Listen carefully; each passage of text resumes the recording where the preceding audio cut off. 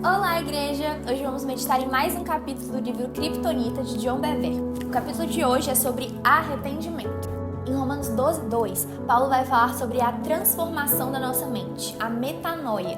Arrependimento nada mais é do que metanoia, que significa uma transformação, uma mudança de mente, um recálculo de rota. O livro das palavras teológicas diz que o arrependimento é um processo em que o indivíduo reorienta sua mente e a sua vontade para longe do pecado e em direção a Deus. Arrependimento nada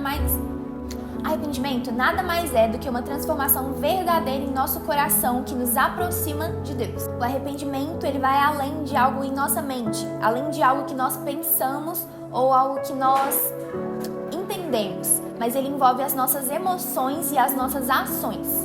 Em Provérbios 23:7 diz que assim como o homem imagina em sua alma, assim ele é. Então quer dizer o seguinte, assim como nós vemos a nossa vida, nós temos em nossa alma, isso vai ditar as nossas ações, isso vai moldar a maneira como a gente vai viver e a maneira como a gente vai agir. Isso é uma maneira de definir o ser humano. Assim como nós temos dentro de nós, é isso que vai pautar as nossas respostas, é isso que vai pautar as nossas ações. Entendendo então que o que está em nosso coração, o que a gente imagina e pensa nos define, nós entendemos que apesar de muitas vezes nós termos boas intenções, o que nos define realmente são as nossas ações, não a nossa intenção. Nós pensamos muitas vezes, não, eu vou fazer isso porque o Senhor conhece meu coração, Ele conhece a minha intenção. Mas cara, se o Senhor realmente conhece o seu coração e a sua intenção, por que você está agindo dessa maneira? Por que a maneira como você age está refletindo uma forma completamente diferente do que você disse ser a sua intenção?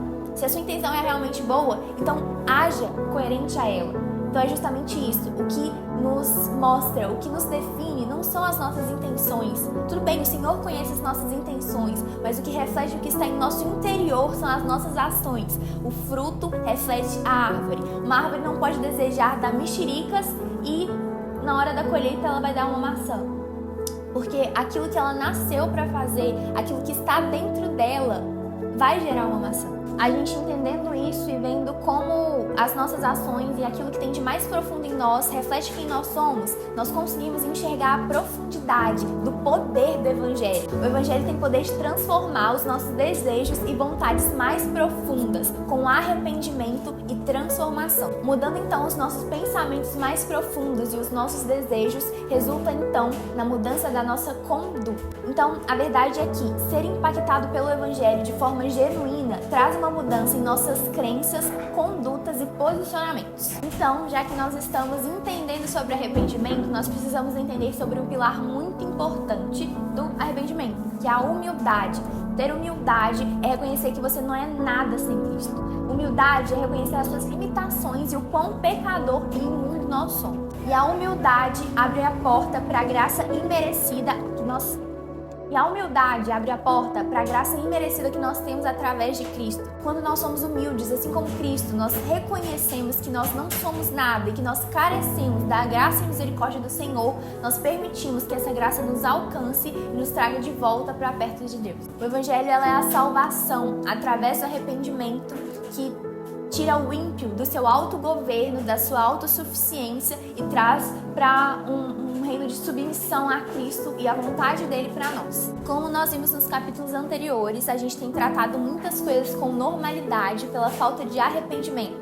A gente tem deixado muita coisa entrar no nosso meio, entrar no corpo de Cristo, por isso a gente não alerta o nosso irmão. A gente tem apresentado um evangelho sem arrependimento. A gente tem apresentado um Cristo só de amor, mas esquecemos da sua justiça e santidade. Nós queremos trazer uma mensagem muito amorosa. Nós queremos sair para evangelizar, mas nós não podemos falar sobre o pecado do irmão. Nós não podemos alertar as pessoas sobre aquilo que vai levá-las para o inferno, porque nós acreditamos que o evangelho deve ser agradável. Mas a verdade é que nós temos sido omissos e legalistas em relação àquilo que Cristo nos instrui. A pergunta que o livro deixa é a seguinte: já esquecemos o preço de seguir a Jesus? Será que ignoramos suas repetidas instruções sobre abandonar o pecado, negar a nós mesmos e tomar a nossa cruz?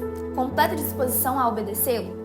Será que a gente não tem agido dessa maneira? Quando a gente deixa de confrontar a prática do pecado, a gente permite que as pessoas continuem vivendo a maneira como a sociedade estabeleceu. A gente permite que as pessoas continuem vivendo uma vida longe e afastada de Deus, uma vida afastada do Criador delas. Nós entendemos como igreja muitas vezes que isso de arrependimento é só fazer uma oração com os irmãos que desejam aceitar Jesus no final do culto e falar, cara, você se arrepende dos seus pecados? Mas a nossa função é muito mais profunda que isso. Meu desejo é que vocês tenham entendido que o arrependimento ele parte de uma mudança verdadeira e genuína, muito além do que a gente deseja fazer, mas são os nossos pensamentos mais profundos, é a nossa intenção do nosso coração, é a nossa vontade, são as nossas emoções que precisam estar firmadas e entregues a Cristo para um verdadeiro arrependimento. E essa verdade possa estar firmada no nosso coração e que você possa compartilhar com outras pessoas isso, essa profundidade do arrependimento. Curte, compartilha e não deixe de abençoar outras vidas.